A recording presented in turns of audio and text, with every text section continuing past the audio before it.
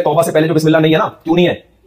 لوگ کہتے ہیں اس میں جنگ ہے، جہاد ہے، نا اصل وجہ یہ نہیں ہے. اصل وجہ یہ ہے سورہ انفال نازل ہوئی، سورہ توبہ نازل ہوئی، نبی نے کاتب وحی سے کہا کہ سورہ توبہ کو سورہ انفال کے بعد لکھو. صحابی کہتے ہیں میں کنفیوز تھا کہ یہ نئی سورت ہے، یہ سورہ انفال کا حصہ ہے، اس لیے میں نے بیچ میں بسم اللہ نہیں لکھی. یہ کنفیوژن جب دور ہو جائے گی تو بسم اللہ ڈال دیں گے. نبی دنیا سے چلے گئے، صحابی کنفیوز رہے، انہوں نے بسم اللہ نہیں لکھی، بعد میں سب کو ثابت ہو گیا یہ نئی سورت ہے، مجال ہے کوئی بسم اللہ بیچ میں ڈال دے.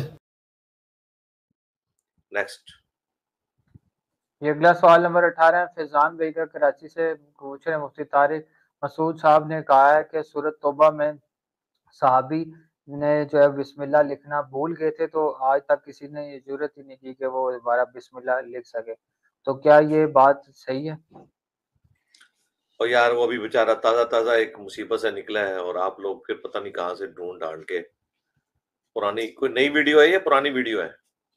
علی بھائی نئی ویڈیو ہے، وہ انہوں نے چلائی تھی ویڈیو، مجھے یقین نہیں آ رہا تھا، پھر انہوں نے ویڈیو بھی پلے کی تھی. کیا ہوا ہے ویڈیو؟ انہوں نے ویڈیو بھی پلے کر کے بتائی تھی بھائی نے، مجھے تو خود نہیں یقین آ رہا تھا کہ وہ ایسی بات کر سکتے ہیں. اصل میں ان لوگوں کا مسئلہ یہ ہے کہ یہ اپنے بزرگوں کی تعلیمات کو لے کر چل رہے ہیں، قرآن و سنت کا ڈائریکٹ مطالعہ کرتے نہیں ہیں، اس وجہ سے اتنے بڑے بڑے بلنڈرز ان سے ہو جاتے ہیں.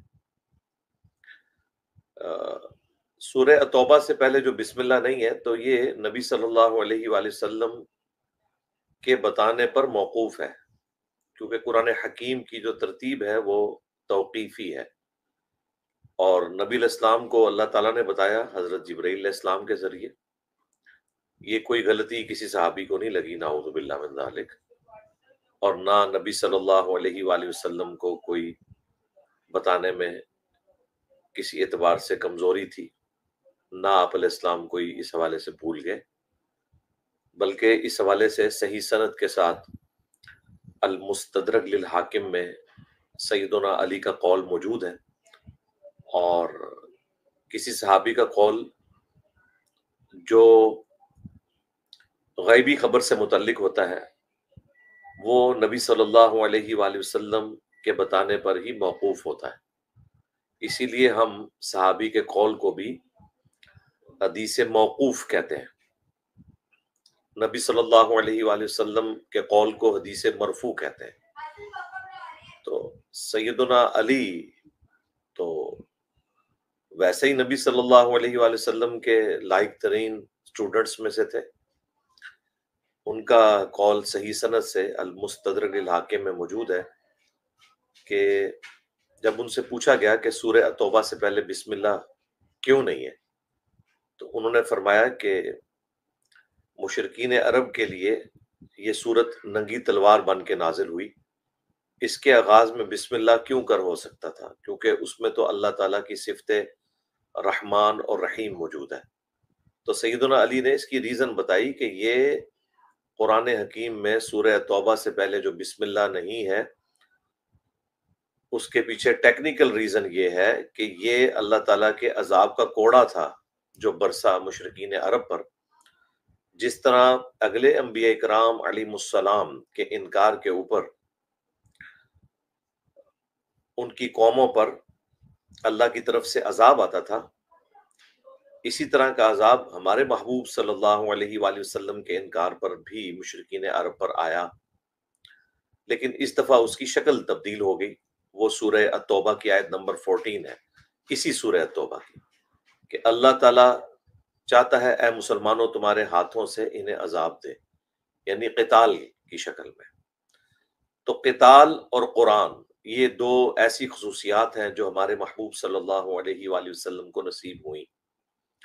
اس پہ میں نے آلموسٹ آج سے 10 سال پہلے ویڈیو ریکارڈ کروائی تھی، مسئلہ 85، قرآن اور قتال ہمارے محبوب صلی اللہ علیہ وآلہ وسلم کی دو خصوصیات.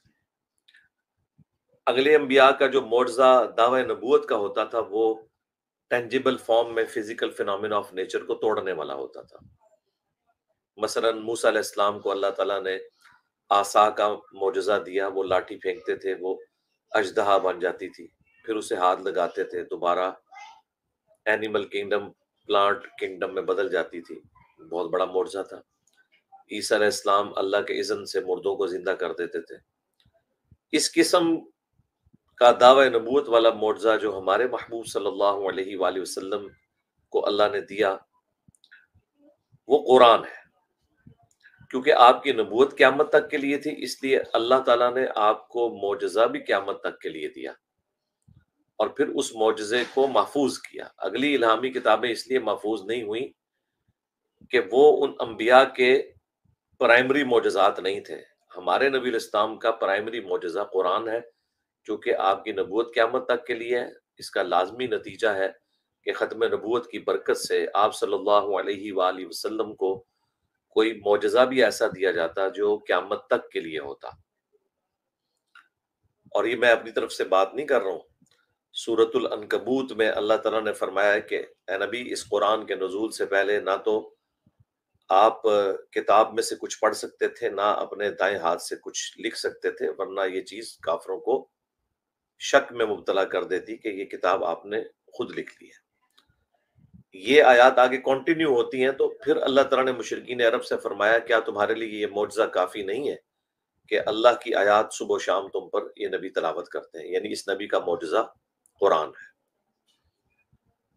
انا نحن نزلنا الذکر وانا لہ لحافظون، بے شک اس الذکر یا دہانی کو ہم نے نازل کیا اور ہم ہی اس کی حفاظت کرنے والے ہیں۔ حفاظت اسی لیے ضروری تھی کہ آپ علیہ السلام خاتم النبیین ہیں، آپ کے بعد کسی پیغمبر نے نہیں آنا، لہٰذا آپ کا معجزہ قیامت تک کے لیے محفوظ کر دیا گیا۔ باقی انبیاء کے معجزات ہم آج کی ڈیٹ میں کسی کو دکھا نہیں سکتے، قرآن کی بنیاد پہ ہی بتایا جا سکتا ہے، لیکن ہمارے نبی کا معجزہ وہ ہے جو ہم کسی کو دکھا سکتے ہیں، وہ آج بھی موجود ہے قرآن کی شکل میں، الحمدللہ۔ اس وقت قرآن حکیم نے تمام شعراء کو مجبور کیا کہ اس طرح کا کلام نہیں لا سکے، اور آج کے اس ماڈرن دور میں قرآن حکیم کی کوئی ایک آیت بھی ایسی نہیں ہے جو اسٹیبلشڈ سائنٹیفک فیکٹس کے خلاف ہو، لہٰذا یہ ہر دور کے ٹیسٹ کے اوپر پورا اترا، یہ وہ معجزہ ہے۔ اسی کو سپورٹی بخاری اور مسلم میں حدیث موجود ہے، اللہ کے محبوب صلی اللہ علیہ وآلہ وسلم نے فرمایا اللہ تعالیٰ نے ہر نبی کو کوئی نہ کوئی معجزہ دیا تھا، اور اس نبی پر جو لوگ ایمان لاتے تھے ان کی تعداد ڈیپینڈ کرتی تھی اس نبی کو دیے گئے معجزے پر۔ مجھے اللہ تعالیٰ نے وحی یعنی قرآن کا معجزہ دیا ہے، میں اللہ سے امید کرتا ہوں کہ قیامت کے دن سب سے زیادہ متبعین میری امت سے ہوں گے۔ کیوں؟ کیونکہ آپ کا معجزہ سب سے بڑا ہے، اور وہ بخاری مسلم میں آیا کہ جنتیوں کا نصف امت محمدیہ سے ہے صلی اللہ علیہ وآلہ وسلم، کیونکہ آپ کا معجزہ سب سے بڑا ہے، قرآن معجزہ ہے۔ چونکہ یہ معجزہ ہے تو اس کی حفاظت بڑی غیر معمولی طریقے سے اللہ تعالیٰ نے فرمائی ہے، لہٰذا یہ بات کرنا کہ یہ کوئی صحابی کو کوئی غلط فہمی لگ گئی یا اس قسم کی کوئی روایتیں لے کے آنا، ہمیں کوئی روایت مجبور نہیں کرتی کہ وہ قرآن جو مشرق سے لے کر مغرب تک تواتر کے ساتھ مسلمانوں نے نقل کیا، کوئی ایک خبر واحد جس کی صحت میں بھی اختلاف ہو اس کی بنیاد کے اوپر، یا جھوٹی گھڑی ہوئی باتوں کی بنیاد کے اوپر ہم قرآن حکیم کے بارے میں کوئی عقیدہ کلیم کرتے ہیں، جبکہ ہمارے پاس المستدرک للحاکم میں سیدنا علی کا قول موجود ہے کہ سورہ التوبہ سے پہلے بسم اللہ اس لیے نہیں ہے کہ یہ اللہ کی طرف سے ایک ننگی تلوار بن کے نازل ہوئی، مشرکین عرب پر عذاب کا یہ آخری کوڑا تھا، اور وہی ہوا۔ اس کے سٹارٹ میں آیا کہ 4 مہینے کا ٹائم ہے، یا تو جزیرہ نما عرب چھوڑ کے چلے جاؤ یا اسلام قبول کرو، ادروائز جہاں پائے جاؤ گے قتل کیے جاؤ گے۔ جس طرح اگلی قوموں پر عذاب آتا تھا انبیاء کے انکار کرنے کے اوپر، نوح علیہ السلام کی قوم پر عذاب آیا، ہود علیہ السلام کی قوم پہ،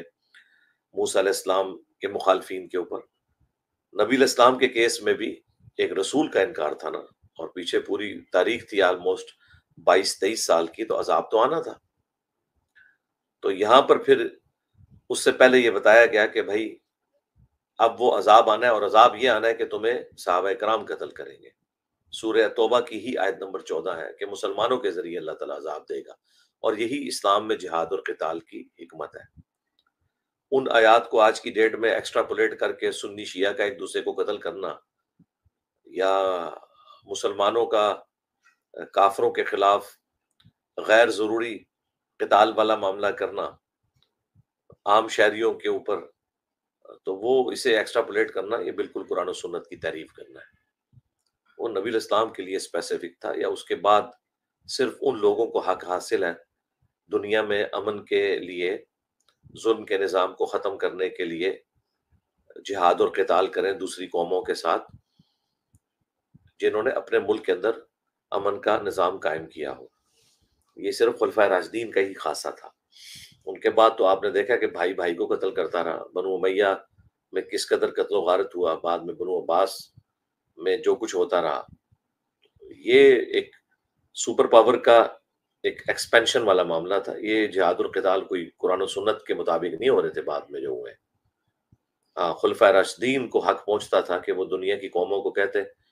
کہ ہم نہ ظلم کریں گے نہ کسی کو کرنے دیں گے۔ بعد والے لوگ جو اپنوں پر ظلم کرتے رہے انہیں یہ کوئی رائٹ نہیں پہنچتا کہ وہ فوجیں چڑھا دیں دوسروں کے اوپر۔ ہم تو اس قسم کی ایکسپینشنز کو بالکل درست نہیں سمجھتے، الا یہ کہ کوئی نظام ایسا قائم کرے اور پھر اس کی ایکسپینشن کرے، وہ بالکل درست ہے۔ لوگوں کو ظلم کے نظام سے آزاد کروانا، یہ خیر ضمناً بات میں نے اس حوالے سے کر دی۔ تو جب سیدنا علی کا قول موجود ہے تو اس کے ہوتے ہوئے ضرورت نہیں تھی کہ اس قسم کی بات کی جاتی، اور سیدنا علی ہی کو نبی علیہ السلام نے یہ سورہ التوبہ کی آیات جب نازل ہوئی تھی 9 ہجری میں، جب امیر حج بنا کر حضرت ابوبکر کو بھیجا تھا رضی اللہ تعالیٰ عنہ، پیچھے سے سیدنا علی کو حضور نے بھیجا اور کہا کہ تم نے میرے بہاف کے اوپر یہ آیات تلاوت کرنی ہے، میں نام ہے۔ اگرچہ امیر حج حضرت ابوبکر تھے، لیکن عرب کا ایک کلچر تھا کہ کسی بھی سردار کی طرف سے کوئی میسج اس وقت معتبر مانا جاتا تھا جب اس کا کوئی قریبی رشتہ دار اس کو اناؤنسمنٹ کرے۔ اس لیے نبی علیہ السلام نے کہا تھا کہ تم امیر بنا کے نہیں بھیجے گے، وہ میری طرف سے میرے ریپریزنٹیٹیو وہ امیر حج حضرت ابوبکر ہی رہیں گے۔ یہ بعد میں ان کو بھیجا کیونکہ آیات بعد میں نازل ہوئی تھی۔ اناؤنسمنٹ تم نے میرے بہاف کے اوپر کرنی ہے، انہوں نے کی، اور الحمدللہ منا میں یہ اناؤنسمنٹ ہوئی۔ ایک تو یہ کہ آئندہ سال کوئی بھی مشرک حج کے لیے نہیں آئے گا، اور 4 مہینے کا ٹائم ہے، جزیرہ نما عرب چھوڑ کے چلے جائیں، ادروائز قتل کیے جائیں گے یا اسلام قبول کر لیں۔ الحمدللہ لوگوں نے اسلامی قبول کر لیا، اللہ کا شکر ہے۔ اور دوسرا، کوئی بھی برہنہ طواف کعبہ نہیں کرے گا۔ یہ واحد حج تھا جو مسلمانوں اور مشرکین عرب نے اکٹھا کیا تھا، 9 ہجری کا حج۔ اور اگلا جو حج تھا 10 ہجری کا، وہ خود نبی علیہ السلام نے چونکہ تشریف لانا تھا اس لیے یہ اناؤنسمنٹ کر دی گئی، اور اس سے اگلا حج جو ہے وہ ظاہر ہے نبی علیہ السلام اس سے پہلے ہی دنیا سے تشریف لے گئے۔ تو یہ اس کا پورا بیک گراؤنڈ ہے۔ یہ بڑی حیران کن بات ہے اگر مفتی طارق مسعود صاحب نے اس طرح کی بات کی ہے، اور میرا خیال ہے انہیں نظر ثانی کرنی چاہیے اس سے پہلے کہ اس کلپ کو بھی یہ وائرل کرنا شروع کر دیں اس طریقے سے۔ تو ان کو اس حوالے سے قرآن و سنت کی تعلیمات کی طرف آنا چاہیے، انہیں پتہ چل جائے گا۔ اور دیکھیں ان لوگوں کا دعویٰ ہے کہ ہم شاہ ولی اللہ دہلوی کو اپنا مجدد مانتے ہیں، بریلوی دیوبندی اہل حدیث تینوں کہتے ہیں۔ تو شاہ ولی اللہ دہلوی نے قرآن کی تفسیر کے حوالے سے جو اصول کے اوپر کتاب لکھی ہے، الفوز الکبیر فی اصول التفسیر، وہ بڑی شاندار کتاب ہے۔ وہ PDF فارم میں آپ کو ہماری ویب سائٹ سے بھی مل جائے گی اردو ترجمے کے ساتھ۔ اس میں انہوں نے بڑی پیاری بات لکھی ہے کہ قرآن کی سب سے بیسٹ تفسیر وہ ہے جو قرآن کی آیات سے کی جائے، ظاہر ہے سب مسلمانوں کو پتہ ہے، لیکن اس کے بعد جو انہوں نے چیز بیان کی نا وہ بڑی امپورٹنٹ ہے، خصوصاً علماء کے لیے میں ریکویسٹ کروں گا کہ شاہ ولی اللہ دہلوی نے کہا کہ قرآن کے بعد سب سے افضل تفسیر قرآن کی وہ ہے جو صحیح الاسناد احادیث سے ہے، اور اس میں بھی انہوں نے 3 کتابیں کوٹ کی۔ نمبر 1 صحیح بخاری کا کتاب التفسیر چیپٹر، جو امام بخاری رحمۃ اللہ علیہ نے وہ تمام احادیث جمع کی جو قرآن حکیم کی آیات سے متعلق ہے، ان کے شان نزول سے متعلق ہے۔ نمبر 2 جامعہ ترمذی کا کتاب التفسیر چیپٹر، وہ بھی بڑا ڈیٹیل چیپٹر ہے، اس میں بھی تمام آیات کے شان نزول کے حوالے سے بات ہوئی ہے۔ اور نمبر 3 المستدرک للحاکم کا کتاب التفسیر چیپٹر، جو ترمذی اور بخاری سے بھی بہت بڑا ہے، یہ انہوں نے کوٹ کیا ہوا ہے۔ اور وہ جو تیسرا انہوں نے کوٹ کیا المستدرک للحاکم کا چیپٹر، تو اس میں آپ سورہ توبہ کا چیپٹر نکالیں تو آپ کو شروع میں حضرت علی کا یہ قول مل جائے گا کہ سورہ توبہ سے پہلے بسم اللہ کیوں نہیں ہے، کیونکہ یہ اللہ تعالیٰ کی طرف سے عذاب کا کوڑا تھا مشرکین عرب کے اوپر، اس لیے اللہ تعالیٰ کی صفت رحمان اور رحیم کا ذکر نہیں ہوا۔ تو یہ تو موجود ہے۔ شاہ ولی اللہ دہلوی نے تو 3 کتابوں کا ذکر کیا، لیکن میں اس میں چوتھی کتاب بھی ایڈ کروں گا، وہ بہت زیادہ امپورٹنٹ ہے، کیونکہ اس میں کئی ایسی باتیں ہیں جو ان 3 کتابوں میں بھی موجود نہیں ہیں۔ وہ امام نسائی کی جو کتاب ہے سن نسائی الکبریٰ، اس میں بھی ایک چیپٹر ہے کتاب التفسیر، اگرچہ وہ ابھی اردو زبان میں نہیں آئی، کہ جو سن نسائی کا وہ والا چیپٹر ہے۔ سن نسائی الکبریٰ جو ہے وہ اوریجنل امام نسائی کی کتاب ہے، اسی میں سے یہ صغریٰ لکھی گئی، جو ہم سنن نسائی کہتے ہیں جس میں 5761 احادیث ہے،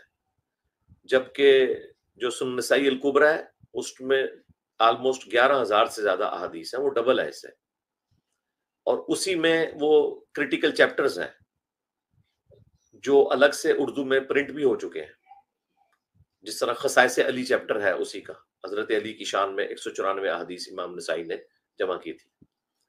اسی طریقے سے فضائل قرآن چیپٹر ہے، ایک چیپٹر ہے فضائل صحابہ۔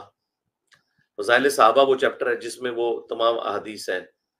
جو حضرت علی کے اوپر ممبروں سے سب و شتم ہوتا تھا، اور ہم نے اپنے ریسرچ پیپر 5 میں ڈالی ہیں، سن نسائی الکبریٰ کا وہ چیپٹر، اس میں سے احادیث لی۔ اسی طریقے سے ایک اور چیپٹر ہے امر الیوم واللیلہ، یعنی صبح و شام کے جو سنت اذکار ہیں ان کے اوپر وہ چیپٹر ہے۔ اس طرح ایک چیپٹر ہے وفات النبی، نبی علیہ السلام کی وفات سے متعلق، آپ کا جنازہ کس طرح ہوا، آپ کی تدفین کس طرح ہوئی۔ یہ پبلک مشہور ہے کہ آپ کا جنازہ ہوئی نہیں، بالکل جھوٹا، جنازہ ہوا ہے، ہاں امام کوئی نہیں تھا، ٹولیوں کی شکل میں صحابہ اکرام نے جنازہ پڑھا اور تکبیرات کے ساتھ پڑھا۔ تو یہ تمام چیپٹرز ہیں، انہی میں ایک چیپٹر کتاب التفسیر بھی ہے، قرآن کی تفسیر سے متعلق، تو وہ چیپٹر بھی اگر اردو میں آ جائے تو پھر کافی آسانی ہو جائے گی۔ باقی 3 چیپٹر تو ظاہر ہے اویلیبل ہے، حاکم اویلیبل ہے، اسلام 360 میں بھی، ہماری ویب سائٹ کے اوپر بھی، ترمذی بھی اویلیبل ہے، بخاری بھی اویلیبل ہے، اور سن نسائی الکبریٰ ابھی عربی زبان میں ہے یہ والا چیپٹر، اللہ کرے اس کے اوپر بھی محنت ہو تو وہ آ جائے۔ میں نے اپنی 1-2 ویڈیوز میں اس کا ریفرنس بھی دیا ہے۔ یہ جو تخت بلقیس والا واقعہ ہے اس میں جس شخص کا ذکر ہے کہ وہ پلک جھپکنے سے پہلے تخت بلقیس لے آیا، تو اس آیت کی تفسیر میں سن نسائی الکبریٰ میں موجود ہے کہ اس کا نام آصف تھا، تو وہ میں نے 1-2 ویڈیوز کے اندر کوٹ کیا ہے، اور بھی کافی امپورٹنٹ چیزیں اس چیپٹر میں موجود ہیں۔ بہرحال ان شارٹ یہ ہے کہ مفتی طارق مسعود صاحب کی اگر یہ ویڈیو آپ لوگوں نے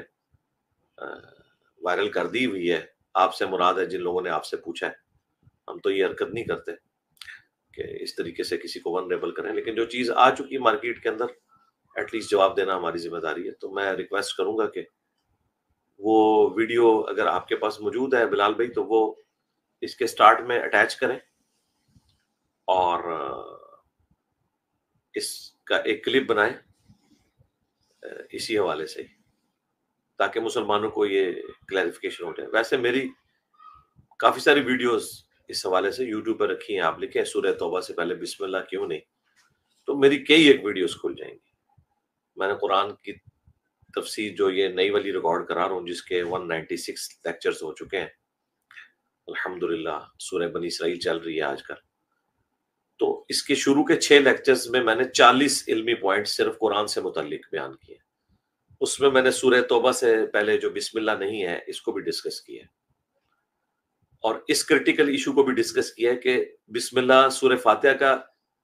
یا کسی اور سورت کا حصہ نہیں ہے، سوائے ایک سورت کے جو سورۃ النمل ہے، اس کے بھی سینٹر میں جا کے، یعنی اس کے اندر ہے، سورہ نمل کی آیت نمبر 30 ہے، اِنَّهُ مِن سُلَیمان وَإِنَّهُ بسم اللہ الرحمن الرحیم۔ باقی کسی بھی سورت کا حصہ نہیں ہے، سورہ فاتحہ کا بھی حصہ نہیں بسم اللہ، اور نہ کسی اور سورت کا، اس کو میں نے بخاری مسلم سے ثابت کیا ہے، اور سورہ توبہ کی جب تفسیر کا موقع ہے اس میں میں نے تفصیلاً گفتگو کی تھی۔ بہرحال یہ بڑی امپورٹنٹ بات ہے کہ بسم اللہ اگرچہ قرآن کی صورتوں کا حصہ نہیں ہے سوائے سورہ النمل کے، لیکن یہ قرآن کا حصہ ہے۔ مصحف میں بسم اللہ سورت سے پہلے لکھنا یہ نبی الاسلام نے اللہ تعالیٰ کے بتانے پر امت کو بتایا ہوا ہے۔ صورتیں اب 114 ہیں، لیکن بسم اللہ جو صورتوں کے آغاز پہ ہیں وہ 113 ہے، کیونکہ سورہ توبہ سے پہلے بسم اللہ نبی الاسلام نے تعلیم نہیں فرمائی، لیکن ٹوٹل 114 ہی ہیں بسم اللہ۔ 113 صورتوں سے پہلے ہیں جو صورتوں کا حصہ نہیں ہے، اور جو 114واں نمبر ہے وہ سورہ النمل کی آیت نمبر 30 ہے، انہو من سلیمان وانہو بسم اللہ الرحمن الرحیم، جو ملکہ بلقیس کے نام حضرت سلیمان علیہ السلام نے ایک خط لکھا تھا، اس کے سٹارٹ میں بسم اللہ لکھی تھی۔ تو باقی اگر کسی کو شوق ہے قرآن کے حوالے سے اس قسم کی تمام انفارمیشنز کا، تو وہ میرے 6 لیکچرز، پہلے 6 لیکچرز 1-1 گھنٹے کے، صرف میں نے وہ 40 پوائنٹ ڈسکس کیے۔ وہ سمجھ لیں آپ 40 کتابیں بھی پڑھ لیں تب بھی آپ کے پاس وہ علم نہیں آئے گا جو میں نے اتنی محنت سے وہ 40 پوائنٹس ڈسکس کیے پہلے 6 لیکچرز کے اندر۔ وہ ماسٹر پیس ہے الحمدللہ۔ جی نیکسٹ۔